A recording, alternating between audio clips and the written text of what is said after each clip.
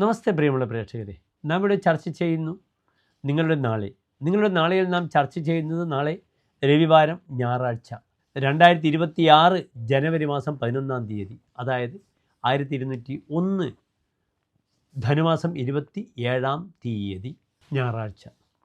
നാളെ സൂര്യോദയം തൃശ്ശൂരിൽ കാലത്ത് 6:49, അസ്തമയം വൈകിട്ട് 6:16 തൃശ്ശൂരിൽ. നാളത്തെ രാഹുകാലം നിങ്ങൾക്കറിയാം, 4:30 മുതൽ 6 മണി വരെയുള്ള സമയമാണ് രാഹുകാലം ഞായറാഴ്ച.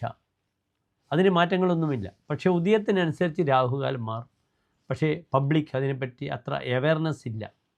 ഉദയത്തിന് കണക്കായിട്ടാണ് രാഹുകാലം പറയുക. ഉദയം 6 മണി മുതൽ അസ്തമയം 6 മണി. ഇത് ബേസ് ചെയ്താണ് രാഹുകാലം നാം സംസാരിക്കുക. നാളെ നക്ഷത്രം കാലത്ത് ചിത്ര നക്ഷത്രമാണ്. നാളത്തെ തിഥി കറുത്തപക്ഷത്തിലെ അഷ്ടമി തിഥിയാണ്.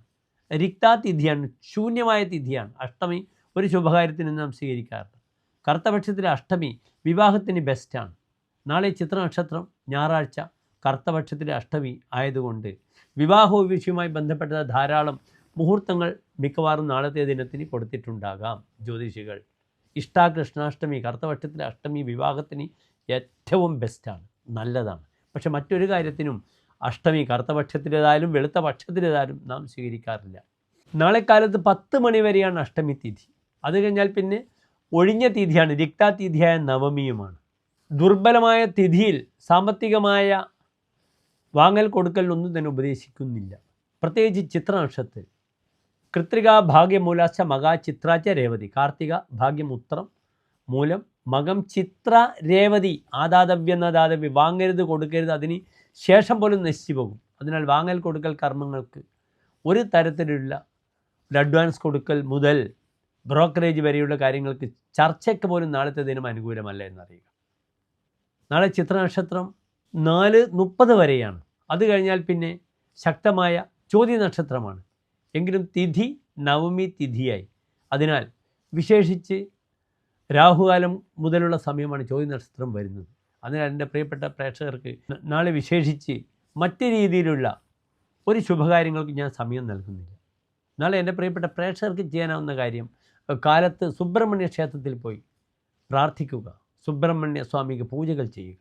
അത് വളരെയധികം നാളത്തെ ദിനത്തിന് നിങ്ങൾക്ക് ഒരു പ്രത്യേക ബലം, ആ പ്രാർത്ഥന വഴിപാടുകൾ ഒരു ബലം കൈവരുത്തുന്നതാണ്.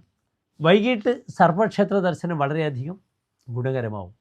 ചോതി നക്ഷത്രമാണ്, ഞായറാഴ്ചയാണ്, ശിവനുമായി ബന്ധപ്പെട്ട ദിനമാണ്. സർപ്പങ്ങൾ ഏറ്റവുമായി നാഗങ്ങൾ ബന്ധപ്പെട്ട് കിടക്കുന്ന ദേവത ശിവനാണ്, പിന്നെ സുബ്രഹ്മണ്യൻ.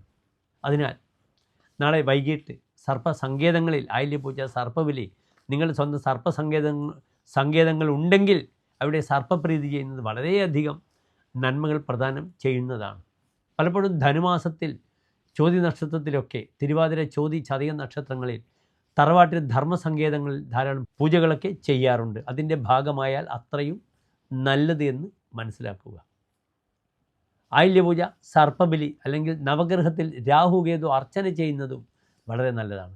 സുബ്രഹ്മണ്യ ക്ഷേത്രത്തിൽ സുബ്രഹ്മണ്യ പൂജയും അവിടെ നാഗങ്ങൾക്ക് വഴിപാട് ചെയ്യുന്നതും വളരെയധികം അനുകൂലമാണ്. പ്രാർത്ഥന: ഓം രാഘവേ നമഃ, ഓം കേതവേ നമഃ. സുബ്രഹ്മണ്യ സ്വാമിക്കാണെങ്കിൽ ഓം വജദ്ഭുവേ നമഃ. സുബ്രഹ്മണ്യൻ്റെ മൂലമന്ത്രമാണ് വജദ്ഭൂ. അതിനാൽ ഓം വജദ്ഭുവേ നമഃ. ഏതായാലും നല്ലൊരു ദിനം എൻ്റെ പ്രിയപ്പെട്ട പ്രേക്ഷകർക്ക് നാളെ ആശംസിക്കുന്നു. നന്ദി, നമസ്തേ.